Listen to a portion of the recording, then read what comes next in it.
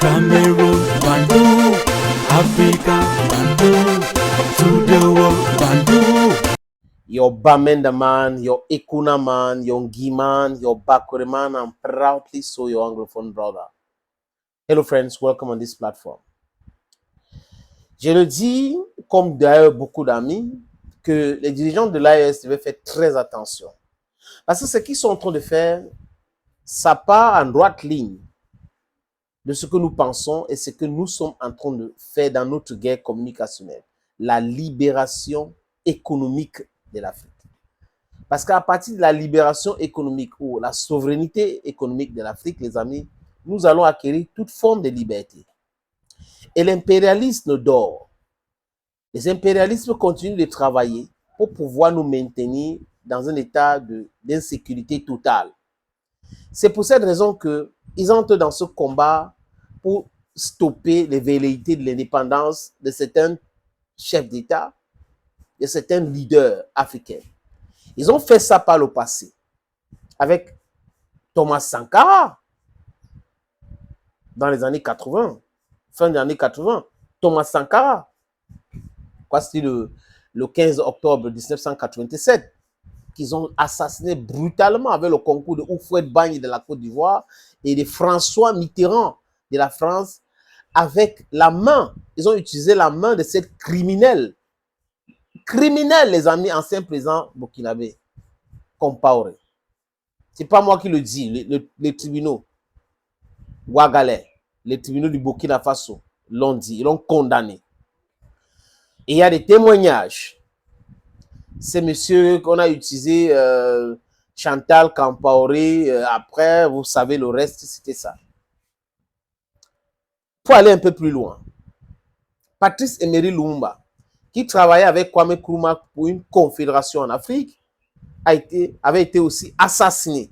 Et on avait utilisé un criminel qu'on appelle Joseph Désiré Mobutu Sese Seko Kukungwendu Wasabanga.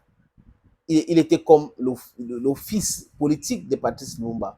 Si vous regardez ce qui s'est passé au Burkina Faso après, c'est toujours un proche qu'on utilise, surtout ces gars qui sont avides du pouvoir, qui sont des gens, je ne sais pas, des corrompus.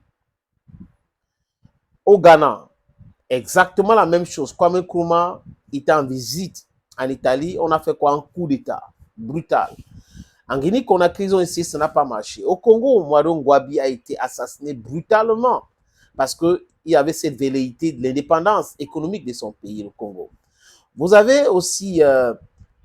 Olympio du Togo, qu'on a utilisé Ngassibé et Yadema pour pouvoir l'assassiner. Je crois qu'on dit qu'on lui a donné 39 000 francs français à l'époque.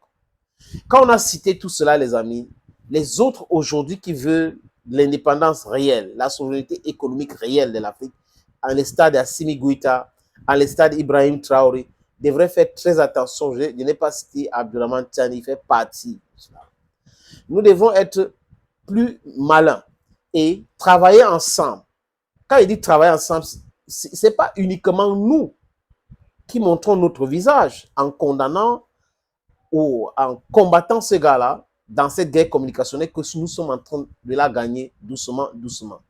Mais aussi vous, le citoyen africain lambda, le citoyen nigérien, le citoyen burkinabé, le citoyen malien, d'où vous vous trouvez, nous devons travailler ensemble pour déstabiliser les déstabilisateurs.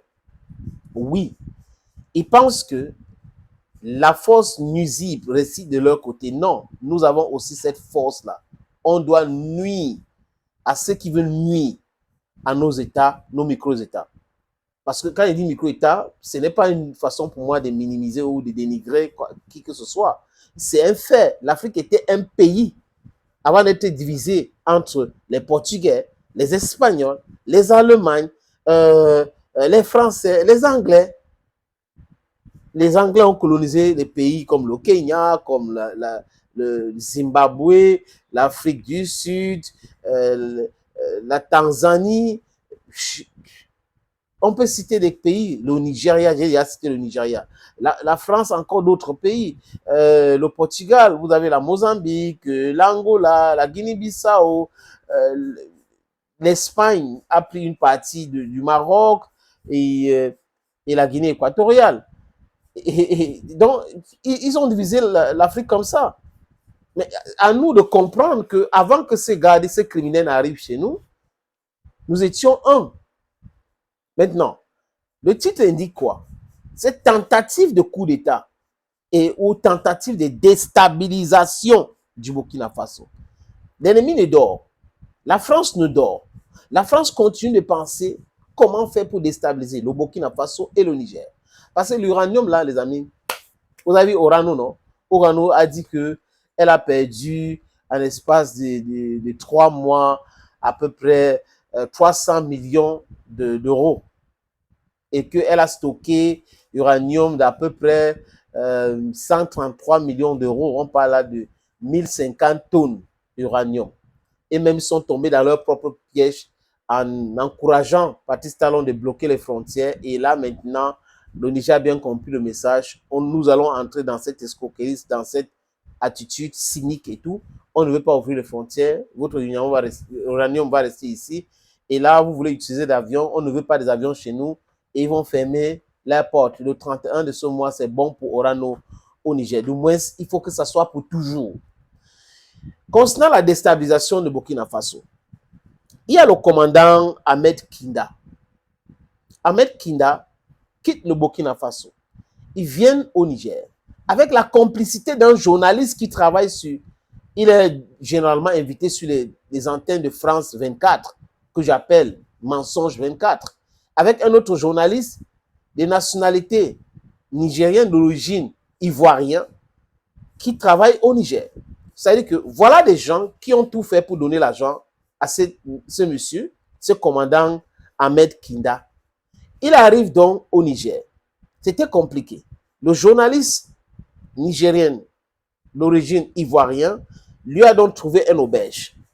Mais l'autre Kaba, vous comprenez très bien ce que je veux dire, il s'appelle le journaliste Kaba, je ne vais pas donner l'autre nom, avait déjà négocié sur le montant pour déstabiliser le pays. Et c'était pas 80 millions, mais il aurait versé 80 millions. Et M. Ahmed Kinda arrive au Niger pour récupérer les mercenaires. On parle de 150 mercenaires lourdement armés, avec des fusils d'assaut, des lance-roquettes et autres. Et ces gars-là devraient être infiltrés à Ouagadougou pour crier le désordre et faire tomber le gouvernement d'Ibrahim Traoré. Mal les a pris, les amis. Le renseignement a fait son travail et on a mis la main sur monsieur ou le commandant Ahmed Kinda. Et il dit, ou il aurait dit, que l'ancien président était au courant, l'ancien président qu'on a chassé. Il était au courant de ce qui se passait. Donc, il était informé minute by minute. Ah, monsieur le colonel, comme on dit au continent, vous allez lire bientôt je ne sais pas comment, en Bambara ou en quelque chose comme ça. Vous allez lire. Voilà des gens qui sont en complicité, les journalistes qui sont sur les plateaux de France 24 et autres, les journalistes qui disent qu'ils sont des journalistes indépendants, des organisations non gouvernementales et autres, ils sont là pour déstabiliser le Burkina Faso, déstabiliser le Niger. Et vous pensez que ça va prospérer? Et vous utilisez la Centrafrique. Donc vous voyez la main de qui quand on parle de mercenaires centrafricaines qui devaient arriver?